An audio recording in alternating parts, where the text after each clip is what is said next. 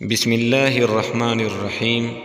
السلام علیکم ورحمۃ اللہ وبرکاتہ۔ حضرت عمر رضی اللہ تعالیٰ عنہ کا دروازہ حاجت مندوں کے لیے ہر وقت کھلا رہتا تھا۔ جو شخص آتا اس کی دادرسی کی جاتی تھی۔ کسی کو کسی دوسرے پر فضیلت نہ تھی۔ ایک اصول تھا کہ جس سے ہر خاص و عام واقف تھا، وہ یہ کہ جو زیادہ نیک اور متقی تھا وہی زیادہ معزز و محترم تھا۔ جس نے اعمال خیر اور جہاد اسلامی میں زیادہ خدمات سر انجام دی تھی وہی دوسروں پر فوقیت رکھتا تھا۔ اس کے علاوہ کوئی دوسرا معیار نہ تھا جس سے لوگوں کا مرتبہ متعین کیا جاتا۔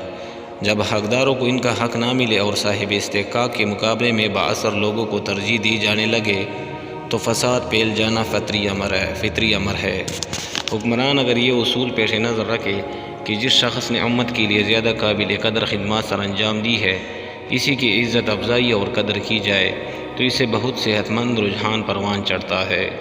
لوگ بلائی اور خیر کے کاموں میں ایک دوسرے سے آگے بڑھنے کی کوشش کرتے ہیں اور نیکیاں برائیوں پر غالب آ جاتی ہے۔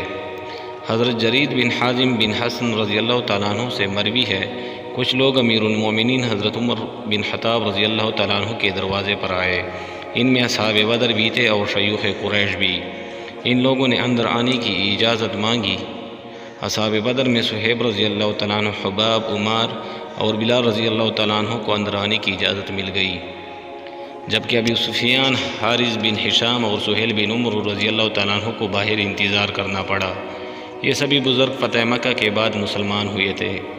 اس صورتحال کو دیکھ کر ابو سفیان رضی اللہ تعالیٰ عنہ نے کہا، آج کے دن سے زیادہ میں نے اپنی بے قدری کبھی نہ دیکھی تھی۔ رؤسائے قریش باہر بیٹھے ہیں اور غلاموں کو اندر بلا لیا گیا ہے۔ یہ سن کر سہیل بن عمر رضی اللہ تعالیٰ عنہ نے کہا، اے سرداران قریش، میں نے آپ کے چہروں پر ناراضی کے آثار دیکھ لیے ہیں۔ اگر غصہ کرنے ہیں تو اپنے آپ پر کریں۔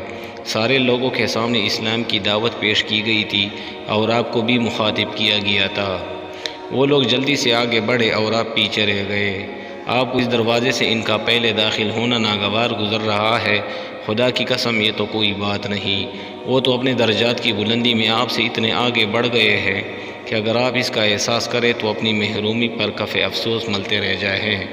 پھر مزید کہا، اے لوگو، یہ سب اللہ کی راہ میں جہاد اور سبقت اسلام کی وجہ سے آپ سے آگے بڑھ گئے ہیں۔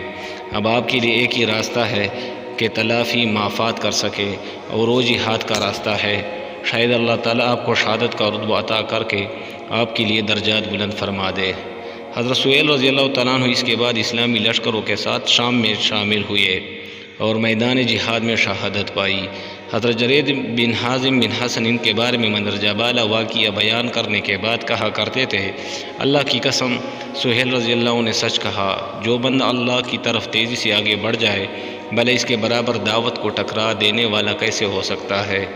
کسی شخص کے قرب اور دوری اور تقدیم و تاخیر کے لیے یہ معیار قائم ہو جائے تو سمجھیے کہ معاشرہ ٹھیک سمت میں جا رہا ہے۔ اگر کسی کا ذاتی جاؤ مال، مادی قوت اور گروہ بندی ہی امتیاز کی وجہ بن جائے تو یہ کلی بگاڑ کا راستہ ہے۔ اصل چیز کردار اور اعمال صالح ہیں، نہ کہ حسب نسب اور ٹاٹ باٹ۔ قرآن میں فرمایا گیا ہے، جس کسی نے ذرہ برابر نیکی کی وہ اسے دیکھ لے گا اور جس کسی نے ذرہ برابر برائی کی وہ بھی اسے دیکھ لے گا۔ والسلام۔